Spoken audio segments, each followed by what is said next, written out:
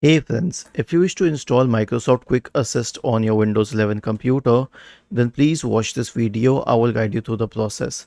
So search for Store in the Windows search bar and open the Microsoft Store.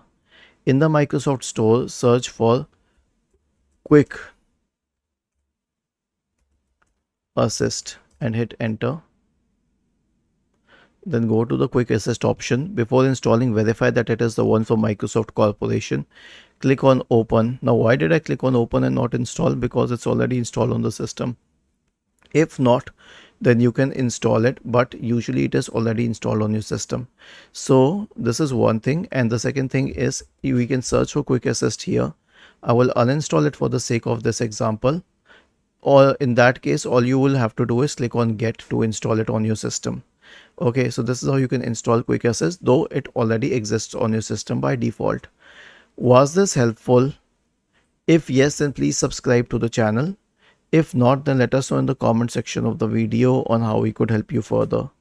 Thank you for watching this video and have a nice day.